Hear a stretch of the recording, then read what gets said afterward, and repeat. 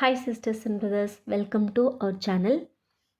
நம்ம இன்னைக்கு இந்த வீடியோவில் என்ன பார்க்கலாம்னா 7th term 2ல 2 லெசன் வந்து நம்மளுக்கு காம்படிட்டிவ் எக்ஸாமுக்கு யூஸ்ஃபுல்லான இதில் இருக்குது. சிலபஸ் வைஸாக பார்க்குறோம் இல்லையா, அதில் இப்போ நம்ம வந்து ஸ்டேட் கவர்மெண்ட் லெசனுக்கும் மீடியா அண்ட் டெமோக்ரஸிக்கும் ஒன்லைனர் பார்க்கலாம். நம்மளுக்கு வந்து ஈஸியாக வந்து மெமரைஸ் பண்ணுறதுக்கு ஹெல்ப்ஃபுல்லாக இருக்கும் இல்லையா. சரி வாங்க சீக்கிரமாக வீடியோக்குள்ளே போயிடலாம். ஃபஸ்ட் புக் பேக் பார்ப்போம். புக் பேக்கில் பாருங்கள், what is the minimum age for becoming a member of the state legislative council? 25 years. சரிங்களா, ஸ்டேட் லெஜிஸ்லேட்டிவ் கவுன்சிலுக்கு போகணுன்னா நம்மளுக்கு வந்து 25 இயர்ஸ் ஆயிருக்கணும். Next, how many states does India have? 28 states. Next third question, the word state government refers to என்னத்தை refer பண்ணுதுன்னா both A and B, government departments இந்த states, legislative assembly, இது ரெண்டுத்தையுமே ரெஃபர் பண்ணுது. Next, the overall head of the government இந்த state is யாருன்னா governor. Head of the government யாராக இருப்பாங்கன்னா வந்து governor. Next, who appoints the chief minister and other மினிஸ்டர்ஸ்னால் கவர்னர் தான் அப்பாயின்மெண்ட் பண்ணுவார். Next, who becomes the chief minister? Leader of the majority பார்ட்டியில் இருக்கிறவர் தான் வந்து சிஎம்மாக வந்து அப்பாயிண்ட் பண்ணுவோம். What are the 3 branches of state government? என்னென்னதுன்னா லெஜிஸ்லேட்டிவ், எக்ஸிக்யூட்டிவ், ஜுடிஷியரி. சரிங்களா, இதுதான் 3 branches of state government. fill in the blanks. Next, the governor is appointed by the president. President தான் வந்து ஸ்டேட்டில் இருக்கிற கவர்னர்ஸ் வந்து அப்பாயின்மெண்ட் பண்ணுவார். Next, the leader of the majority party is appointed as chief minister in the state assembly. Majority பார்ட்டியில் இருக்கிற லீடரை வந்து நம்ம சிஎம்மாக சீஃப் மினிஸ்டராக வந்து அப்பாயின்மெண்ட் பண்ணுவோம். Dash is the highest judicial organ of the state வந்து ஹை கோர்ட் தான். அதே வந்து சென்ட்ரல்னால் வந்து சுப்ரீம் கோர்ட் வரும். Next, MLA stands for member of legislative assembly, நம்மளுக்கு எல்லாமே நல்லா தெரியும். Next, dash is the particular area form where all the voters living there choose their representatives. அது வந்து என்ன சொல்லுவோம்னா எலக்டோரல் கான்ஸ்டிடியூயன்சி சொல்கிறாங்க இல்லையா. இந்த தொகுதின்னு சொல்லுவோம் தமிழில். இதுதான் electoral constituency. The elected representatives who are not the member of ruling party are called என்ன சொல்லுவாங்கன்னா அப்போசிஷன் பார்ட்டி. சரிங்களா, நெக்ஸ்ட் ஒரு மேட்ச் பார்ப்போம். எம்எல்ஏஸ் வந்து லெஜிஸ்லேட்டிவ் அசம்பிளியில் இருப்பாங்க. கவர்னர் வந்து head of the state. Chief minister வந்து leader of majority party. Union territories வந்து 8 இருக்குது. ஃபோர்ட் செயின்ட் ஜார்ஜ் அங்கே தான் வந்து தமிழ்நாடோட செக்ரட்டரியேட் இருக்குது. செயலகம் சொல்லுவோம் இல்லையா, அது வந்து ஃபோர்ட் செயின்ட் ஜார்ஜ். இப்போவும் அங்கே தான் வந்து செக்ரட்டரியேட் வந்து செயல்படுது. Which of the following statement is are not correct? இதில் வந்து பி வந்து நாட் கரெக்ட். அப்போது should have completed 25 years of age. எதுக்குன்னா டு பிகம் ஏ கவர்னர் ஆகிறதுக்கு வந்து 25 இயர்ஸ் ஏஜ் வந்து கம்ப்ளீட் ஆகிருக்கணுன்றாங்க. அது வந்து தப்பு. மற்றபடி should be citizen of India, should have sound mind, should not hold any office of the profit. சரிங்களா, கவர்னர்னாலே வந்து நம்மளுக்கு 30 இயர்ஸ் வரணும் ஏஜ், 25 இயர்ஸில் வராது. Next, consider the following statement and state true or false. MLAs are A, B true, C வந்து wrong. அப்போ MLAs are together responsible for working of the government. சரிங்களா, யார்? MLAs. All the MLAs of other political party who do not belong to the ruling party are called opposition ன்னு சொல்லுவோம். MLAs are not the representatives of the people ன்னு கொடுத்துருக்காங்க. Not இல்லை, அவங்க வந்து representative of the people தான். அப்போ AB correct, C வந்து ராங்க. Next, find out correct meaning of bicameralism. It means என்னென்னா that there are 2 houses like upper house and lower house. Upper house lower house இந்த மாதிரி இருந்துச்சுன்னா அதுதான் வந்து பைகேமரலிசம். நெக்ஸ்ட் வந்து அசர்ஷன் ரீசன் பார்ப்போம். India has a federal system of government. Okay, அதுக்கான reason வந்து according to our constitution the power is divided between central and state governments. அப்போது A is correct and R explains A.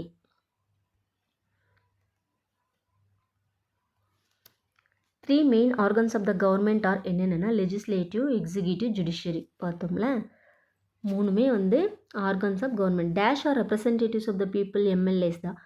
Next, first English fortress in India Saint George fort located எங்கே இருக்குதுன்னு சென்னை. அதுதான் first English Fortress. நம்ம செயலகம் செயல்படுது இல்லையா.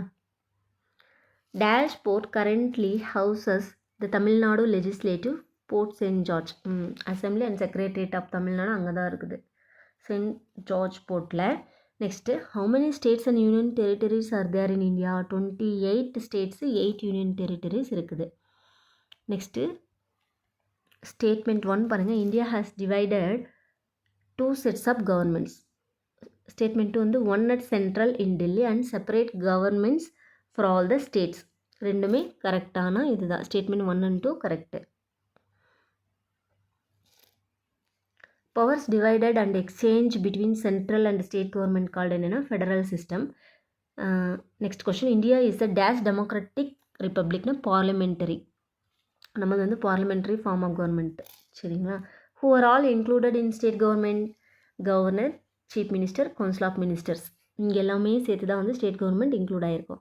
Next பாருங்கள் statement 1, members of upper house Rajya Sabha is MP. Members of lower house லோக்சபாவில் அவங்களையும் எம்பின்னு சொல்லுவாங்க, ஆனால் Lok Sabha MP, Rajya Sabha MP. Members of state legislative அசம்பிளியில் இருக்கிறவங்கள தான் வந்து எம்எல்ஏன்னு சொல்லுவாங்க. அப்போ ஸ்டேட்மெண்ட் 1 and 2, 3 மூணுமே வந்து கரெக்டு தான். MLAs are directly elected by the people. MLAs வந்து நம்ம தான் பீப்புள் தான் எலெக்ட் பண்ணிப்போம் டைரெக்டாக. டேர்ம் ஆஃப் த கவர்னர் வந்து 5 years. What is the age completed to cast their vote? What is the age completed to cast their? இதுனா நமக்கு வந்து 18 years ஆயிருக்கணும் ஓட்டு போடுற age.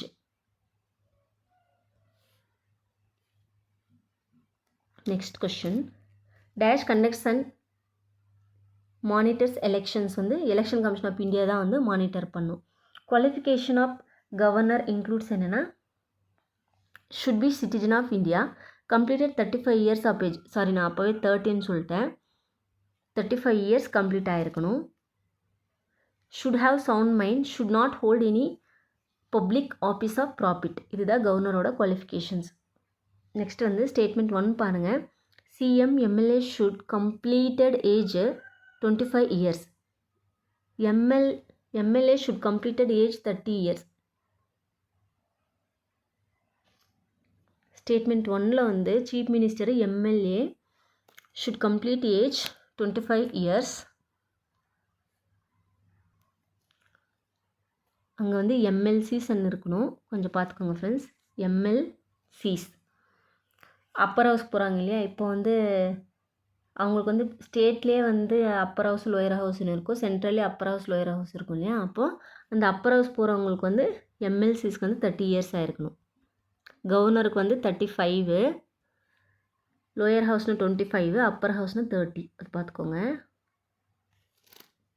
MLCs are member of upper house, correct. MLCs not elected directly by the people, ரெண்டுமே வந்து correct. Next state legislature has dash houses 2 houses. Next in Tamil Nadu we have dash house only. நம்மளுக்கு வந்து தமிழ்நாட்டில் ஒரே ஒரு house தான் இருக்குது. Second house வந்து அபாலிஷ் பண்ணிட்டாங்க. Next dash is the real executive head of the state government. யாருன்னா சீஃப் மினிஸ்டர். ரியல்னு வந்தாலும் chief minister. Choose correct statement about governor. He is integral part of the state legislature, head of state executive. All bills become law only after his assent. All administration is carried out on his name. எல்லா administration ஒர்க்கும் governor பேரில் தான் நடக்கும். எல்லா பில்ஸ்க்கும் அவரோட sign வேணும். அவர் வந்து ஒரு இன்டிகிரல் பார்ட்டாக இருப்பாங்க. அதே மாதிரி எக்ஸிக்யூட்டிவ் ஹெட்டாக இருப்பார். Who are all appointed by governor. கவர்னர்னால யார் யாரெல்லாம் அப்பாயிண்ட் ஆகிறாங்கன்னா appoint advocate general, chairman and members of the state public service commission, vice chancellors of state universities. Next வந்து ஸ்டேட் எலெக்ஷன் கமிஷனர். இவங்க எல்லாருமே வந்து கவர்னர் தான் அப்பாயின்மெண்ட் பண்ணுவார். Next council of ministers is dash responsible to legislative assembly of the ஸ்டேட்னா collectively. The council of ministers வந்து கலெக்டிவாக response to the assembly.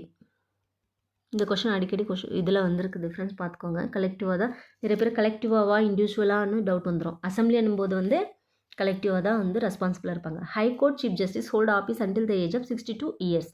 ஸ்டேட்னா 62 years, சென்ட்ரல்னா 65 years.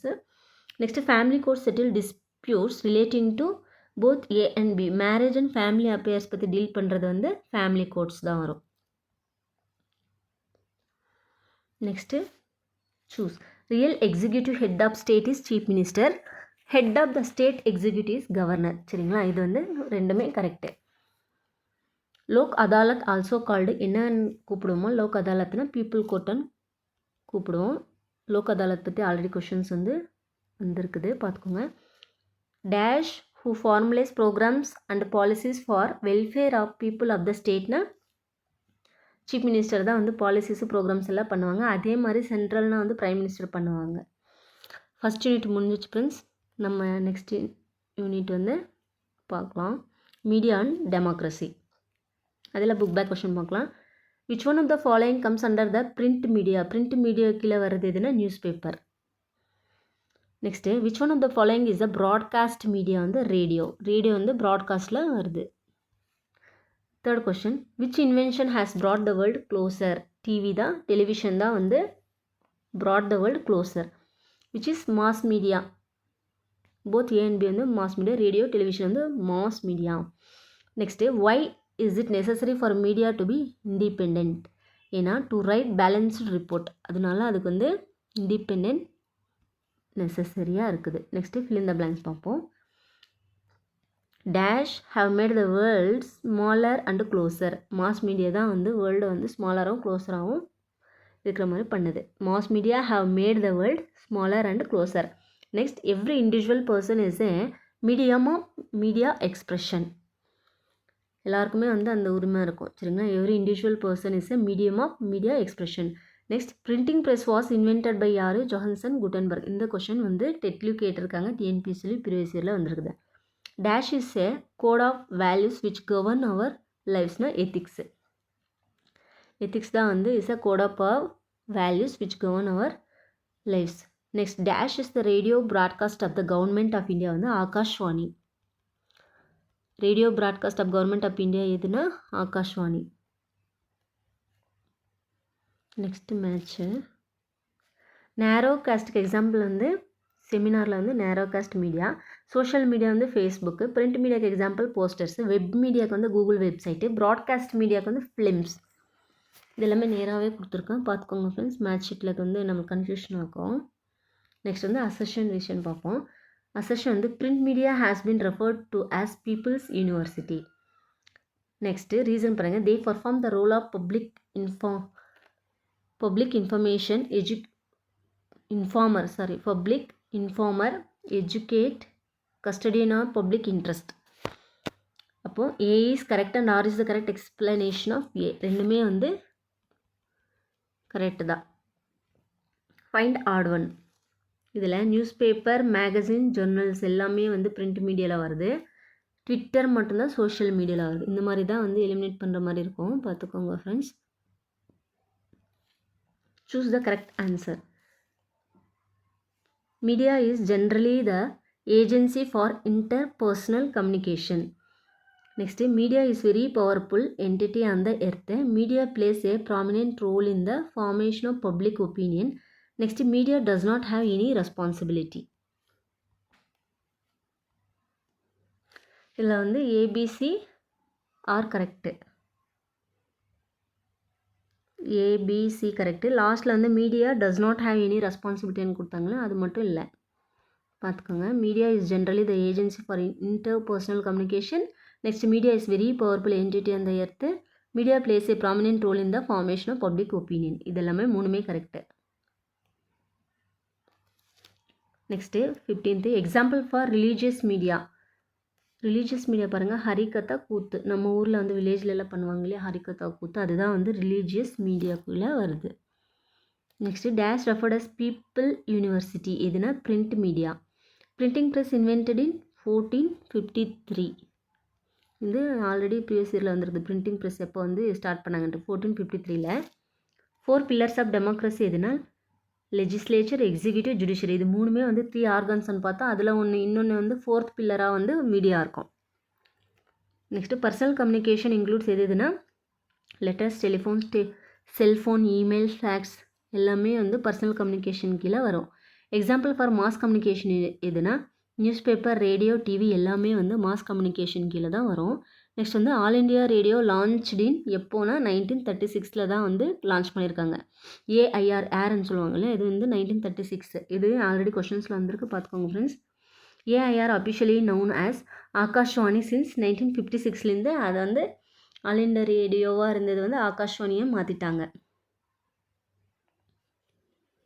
Next democracy is combines two dash words. டெமோஸ்னா citizen, கிராட்டஸ்னா power or rule. அப்போது டெமோக்ரஸினா வந்து Greek word DG, director general மாதிரி டிஜி.